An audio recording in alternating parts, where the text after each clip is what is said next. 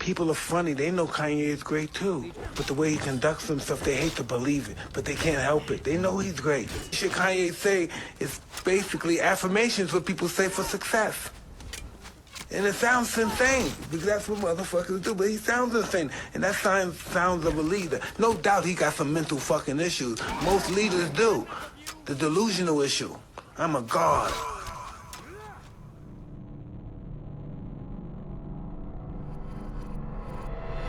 Hey guys, I'm going to show you how to max out your sneak during the tutorial. Doing this is going to give you unlimited level ups and perk points before you even leave Helgen. Let's get right to it. At a very early point in the intro, you'll have to choose between Ralof or Hadvar.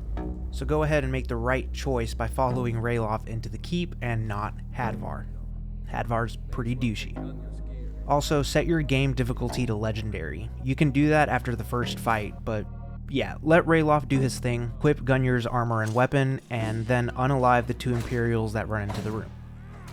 The important thing to do here is to grab the Helgen keep key before Ralof does, which the Imperial captain carries. This is going to stop Ralof from opening up the door, so as he gets into place, equip a dagger and attempt a few sneak attacks on Ralof. If you have a bit of trouble with these first few hits like I did here, change out your armor to foot wraps and the rough spun tunic.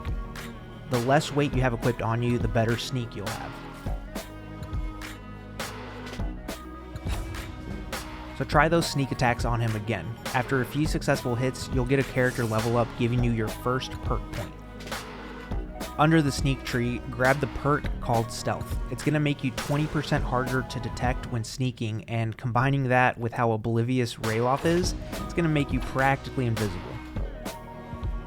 Now you just keep attacking him. You'll notice that when you hit him, you sort of push him back. Use that to your advantage and try to get him into a corner. Doing this can be a bit tricky because he, I guess, realizes that he has moved away from where he needs to be. So he turns around and moves back to his original spot. Just try to creep up little by little with each hit. Another tip I have is to mute voices under the audio settings in the game. Because trust me when I say this here, what are you doing?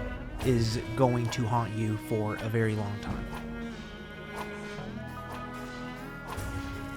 Last couple things I want to mention, make sure you watch his health, because if it drops down to 0, he's going to fall to the ground, and when he gets back up, he moves to his original spot.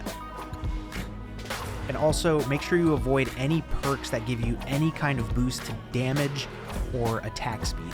Sneak is leveled up by each successful sneak attack, not by how much damage you actually deal with them.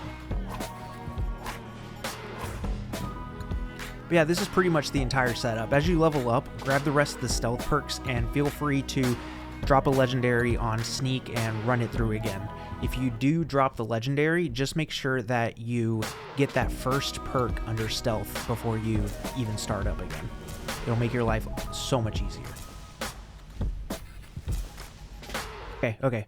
First off, I just want to give a big shout out to you guys. Thank you all for 2,000 subscribers. Who would have thought? Who would have thought? So there's a second location where you can do the exact same exploit. You'll have to follow Ralof throughout the caves till you get to the part with the sleeping bear. Drop a legendary on your sneak and grab the first stealth perk. Pretty much what you had to do if you're going to give it a second shot. Now you're going to want to push or hit Ralof into a corner over to the left. Some corners are going to work better than others, and my luck here honestly has varied quite a bit. There have been times where I can get him right here directly to the left and he gets stuck and it's perfect. This time here, I end up having to push him all the way around the rock mound on the left. Once he's in a solid spot, he's not going to move at all. Now, after all this pushing and hitting and stuff, you're probably going to be very close to 100 already, so it's up to you if it's worth staying or not. You can move on with the game starting at about level 25 to 30, or you can run it back for even greater gains. It's totally up to you. Doing this will alter your playthrough heavily. Enemies will be tougher to kill because you will have horrible gear while they're sitting on Dwarven, Orcish, and even Glass.